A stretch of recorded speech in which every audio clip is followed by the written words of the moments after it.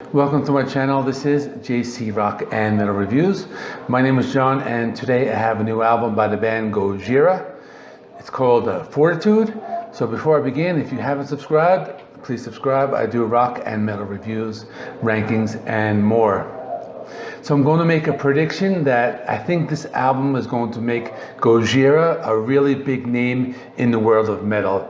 Now, I don't mean they're going to be playing the Super Bowl halftime show anytime soon, but I do mean they will be the type of band that is very well known amongst even like non-metal fans.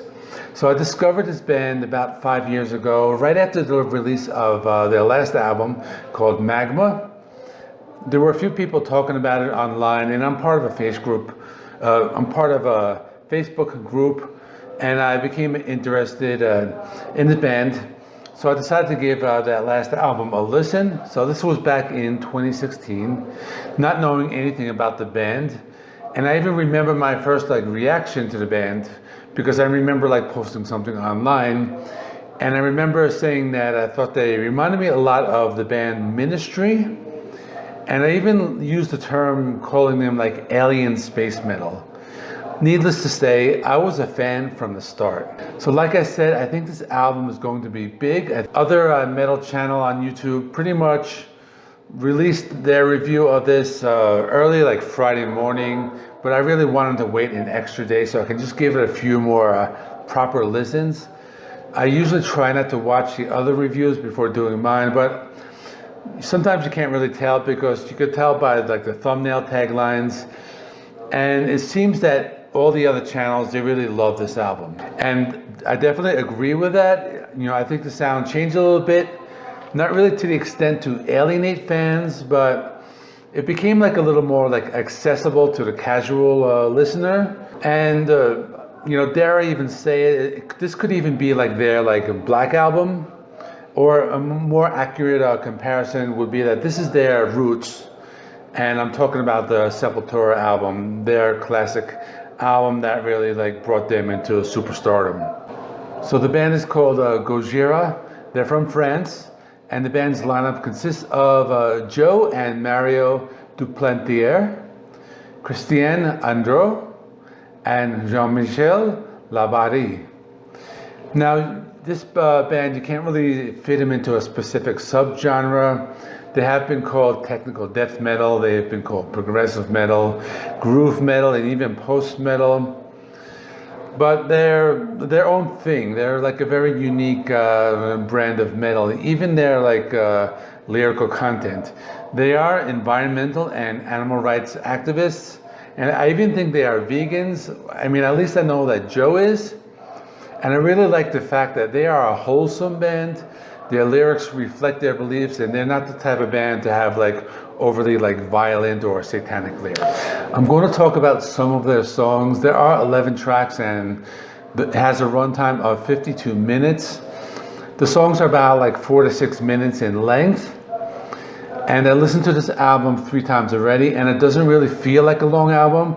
Just the type of album you have to listen to from start to finish. Every time you put it on, you just gotta listen all the way through. So the album starts off with Born for One Thing, and the guitar intro, I'm listening and I'm thinking, yeah, I've heard this somewhere before, wherever I heard it, and I'm that's it. It reminded me a lot of Rage Against the Machine. It just has those Tom Morello guitar sounds and squeals, and you're gonna be hearing that a lot throughout this album. The song has a lot of tempo changes, includes many headbanging riffs, and the song has many different layers of sound. This is not the type of band that writes formulaic music that's just verse, chorus, solo. No, they just kind of mix it all together, but they really make it work and they make it fit together, and they do it in their own way. The next song was released as a single prior to the album's release, and it's called Amazonia. And they use a lot of different percussion styles. This is very reminiscent of Sepultura's Roots. The song's about deforestation of the Amazon rainforest, and this one, it's very heavy. They really have this really good sound. There's a lot of percussion and different types of, I guess, wind instruments, and I'm not really sure what they're called. But those types of like indigenous instruments, they use a lot of that, and they really make it work. I really like this one. After that is Another World, and this was released as a single actually last year. It's a great song. Has some really cool like machine gun riffs, some really aggressive vocals, and this one reminds me more of their classic sound. I really like the deep bass sound during the breakdown, and the drums sound really good as well. The next two songs I want to talk about is the title track and the chant. So I'm joining them together because it's kind of like a song pair. Fortitude is a 2-minute instrumental and uses those same type of like Brazilian percussion that we heard on Amazonia. And it also sounds like they're playing like an acoustic guitar, and they have like these like chanting vocals in the background, which leads us into the next song called The Chant. It basically like continues the song, but now like the full band is playing, has a heavy riff, has that same basic melody, and the song has these like particular songs, like something from the Magma album. Joe's vocals are a lot cleaner than the other songs. You know, the chorus chants, they just like stick in your head, and I really like the percussion sounds. It almost sounds like the drummer Mario, he's like playing a cowbell. I thought that was pretty cool. This song is like a little slower than the other ones. It still retains its heaviness, and it does have some pretty cool like melodic solos. So I really like this one. Another song I want to talk about is called the Sphinx, and this song brings back that classic sound from their earlier albums. This is probably their like heaviest song, or their most like death metal sounding song. Joe's vocals are very aggressive and that deep like death metal style. The riffs are very thick, they're very complex. Mario's drums are very technical, and he is still proving to be like the backbone of the band. And the song is filled with many different like layers of sound, and there's some really crazy guitar fills.